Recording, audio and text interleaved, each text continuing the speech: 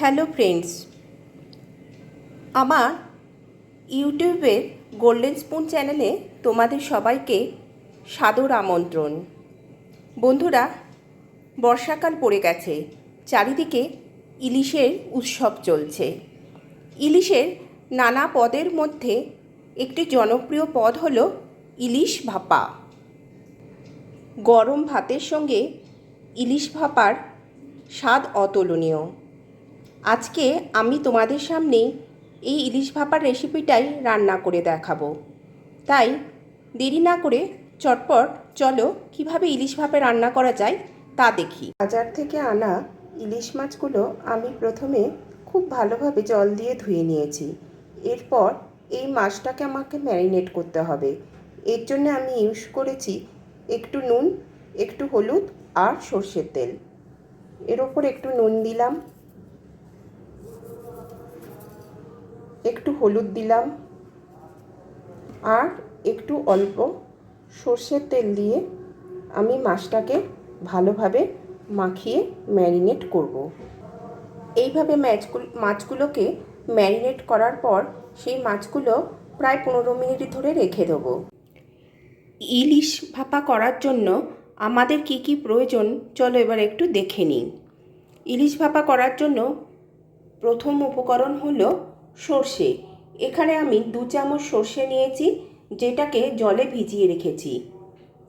নিয়েছি 2 চামচ পোস্ত, কিছুটা সর্ষের তেল, কয়েকটা প্রায় 5-6টার মতো কাজু আর একটু নারকেলের দুধ। নারকেলটা কুড়ে আমি এর দুধটা বার করে রেখেছি। এগুলো ছাড়াও আমাদের প্রয়োজন চিনি, নুন আর 6-7টা কাঁচা লঙ্কা। এক্ষেত্রে আমি রান্নায় পিঙ্ক সল্ট ব্যবহার করেছি। পিঙ্ক সল্টটা খুবই স্বাস্থ্যসম্মত। আমি একটা মিক্সিং জার নিয়েছি, যে মিক্সিং জারের মধ্যে আমি উপকরণগুলো একে একে অ্যাড করব। আমি এর মধ্যে দিলাম সর্ষে, তারপর দিলাম পোস্ত, তারপর দিলাম নুন, তারপর দিলাম কিছুটা চিনি, তারপর দিলাম কাজু বাদাম। এছাড়া এর মধ্যে অ্যাড করব আমি কয়েকটা কাঁচা লঙ্কা।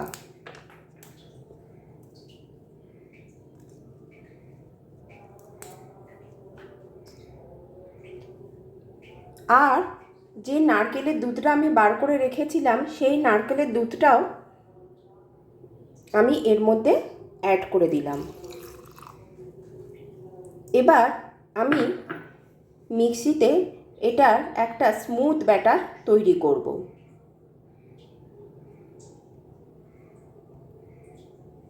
বন্ধুরা, আমি একটা কথা তোমাদের বলতে ভুলে গেছি।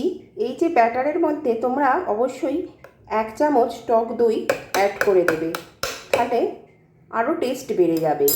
এবার এই ব্যাটারের মধ্যে টক দইটা অ্যাড করে আমি মিক্সি আরেকবার ঘুরিয়ে নেব। স্মুথ ব্যাটার তৈরি করে নিয়েছি। এবার এর মধ্যে আমি একটু হলুদ মিশিয়ে দেবো আর দেব 1 চামচ সর্ষের তেল, আর 1 চামচ দিলাম, দিয়ে ভালো করে এটা মিক্সড করব।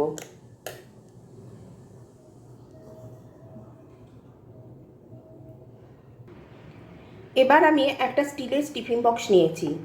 এই টিফিন বক্সের মধ্যে যে মিক্সচারটা তৈরি করেছিলাম সেটা কিছুটা দিয়ে দিলাম। দেবার পর ম্যারিনেট করা ইলিশ মাছগুলো এর মধ্যে একে একে রেখে দিলাম।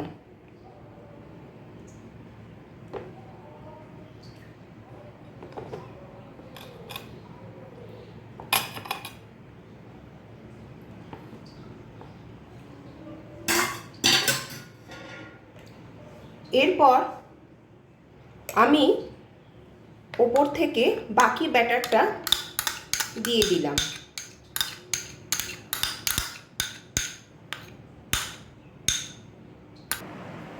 এরপর আমি এর মধ্যে কিছুটা সর্ষের তেল অ্যাড করে দিলাম আর ওপর থেকে কিছু কাঁচা লঙ্কা চিড়ে এর ভেতরে দিয়ে দিলাম।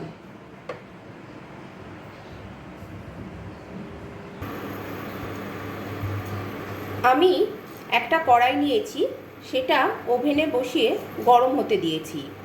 এবার এর মধ্যে কিছু পরিমাণ জল আমি অ্যাড করলাম।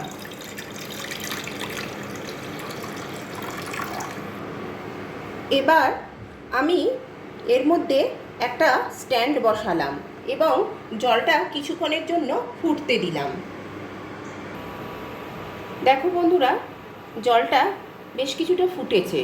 এবার আমি কি করব, টিফিন বক্সটা বন্ধ করলাম। এবার টিফিন বক্সটা এই গরম জলের মধ্যে এই স্ট্যান্ডের ওপর বসিয়ে দিতে হবে।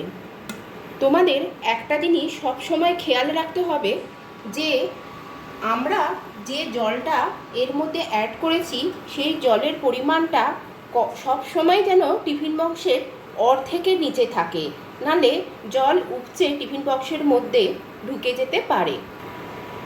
এবার আমি এটাকে একটা লিড দিয়ে ঢাকা দিয়ে দিলাম। এবার এটাকে আমি ফুটতে দিলাম, প্রায় 10 মিনিটের জন্য ফুটতে দিলাম এবং আঁচটা একটু কমিয়ে দিলাম।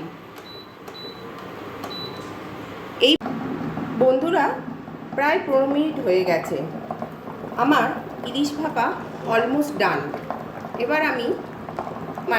এবার আমি ওভেনটা বন্ধ করে এটা সাবধানে তুলে একটা বোলে সার্ভ করে দেবো। এবার আমি ঢাকনাটা সাবধানে খুললাম। দেখো কত সুন্দর দেখতে হয়েছে, ইলিশের গন্ধে মন প্রাণ জুড়িয়ে গেল। ইলিশ মাছ খুব নরম মাছ, তাই আমরা খুব সাবধানে মাছটা তুলে একটা বোলে সার্ভ করব।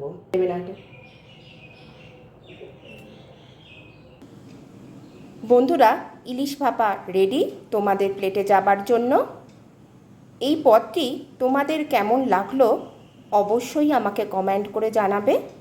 আর প্লিজ আমার চ্যানেলটাকে সাবস্ক্রাইব করতে তোমরা ভুলো না। আবার অন্য কোনো দিন অন্য কোনো লোভনীয় পদের রেসিপি নিয়ে আমি তোমাদের সামনে হাজির হব। টাটা।